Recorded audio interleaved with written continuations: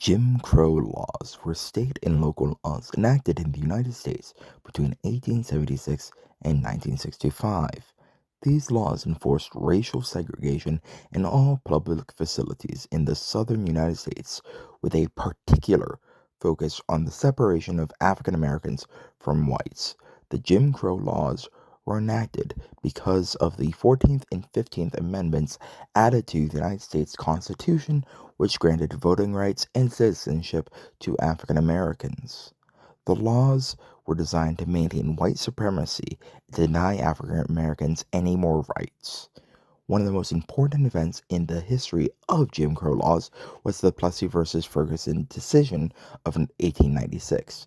The Supreme Court upheld the constitutionality of racial segregation as long as the facilities provided for African Americans were, quote, separate but equal.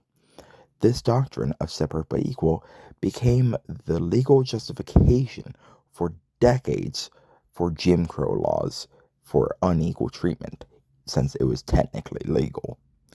Until the Brown versus Board of Education decision in 1954, in which the Supreme Court actually overturned Plessy versus Ferguson, declaring that segregated schools were inherently unequal. This was a major victory for the civil rights movement. Another aspect of Jim Crow laws was the grandfather clause, which was introduced in 1890 to help prevent African Americans from being able to freely vote by enacting literacy tests and poll taxes that white voters could avoid just by the innate fact that they were white and had their grandfathers vote in election before 1860.